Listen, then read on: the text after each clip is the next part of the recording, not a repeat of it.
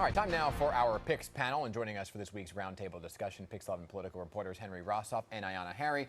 Julia Marsh back from the New York Post. So good morning to all three of you once again. Eye-opening report that we just heard from Henry. You guys heard from City Councilman Mark Levine and Dr. Elnahal about this discussion about masks. And Julia, I want to talk about some of your reporting from this week as well. We have a little bit of a snippet of it. We really are discussing these plans about a mask policy as the Delta variant spreads. The City Councilman alluding to, will this be a mandate or will this be a suggestion of what people do? What are you hearing? Well, the mayor will announce on Monday, and he said this morning that, he would delineate for New Yorkers what they can expect around masking up in the city. So that sounds to me more like a recommendation than a requirement. That's something that New Jersey across the river did.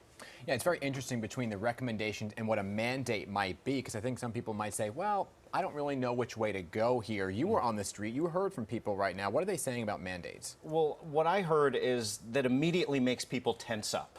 When we talked about mandates, when we were out doing outreach efforts, people became standoffish. And I think that's what we saw during all of the lockdowns. We've been conditioned to this for about a year. I think people are hesitant to use that term, but incentives are not really working with a lot of the folks I saw. Fear of the Delta variant's not working. So it's really just, you got to keep trying different things. Yeah.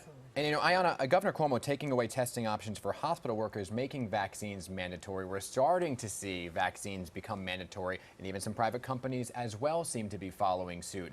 What's the likelihood of that people will actually get the vaccine to go back to work, or do you think people are going to say, I don't want to do it? I think there's still those hesitancy issues that we heard in Henry's piece, but there's going to be more and more pressure for them to get vaccinated. I mean, if we look at what President Biden just announced for federal employees, he's saying straight up, either get vaccinated or you're going to have to undergo some strict restrictions, masking, physical distance, weekly testing. And the Biden administration is hoping that this is a signal to private employers as well. So people will certainly feel that push coming from, we're seeing the federal government take these steps, the city taking some steps, private employers may take some steps, but again, people still have that hesitancy. And de Blasio started to say that, hey, if you want to have fun in the city, you got to get a vaccine. If you want to go to that homecoming concert in August with, all the big names, he suggested that maybe city bars and restaurants, there would be a vaccine mandate. Yeah. He's going to say, if you don't get the shot, you're going to get left out of these fun things we do in the city. Broadway just announced the vaccine mandate. No boss or government official is going to say this, but if it's not a hard mandate, they're going to make it so uncomfortable for folks that this is going to begin to be the discussion. Yeah, and the Broadway thing was a big one. I want to talk about, not on the COVID front for a second, but another big story that had to do really that we saw increase during COVID, were eviction moratorium. It kept getting extended and extended. We now know many people lost their jobs. We didn't know exactly what the number may be because so many people were struggling with this. What does this mean, Ayanna? You were reporting on it earlier this week for so many people. Yeah, so the national eviction moratorium set by the CDC, that has just expired. So now renters really need to turn to their states to figure out what kind of help is available for them.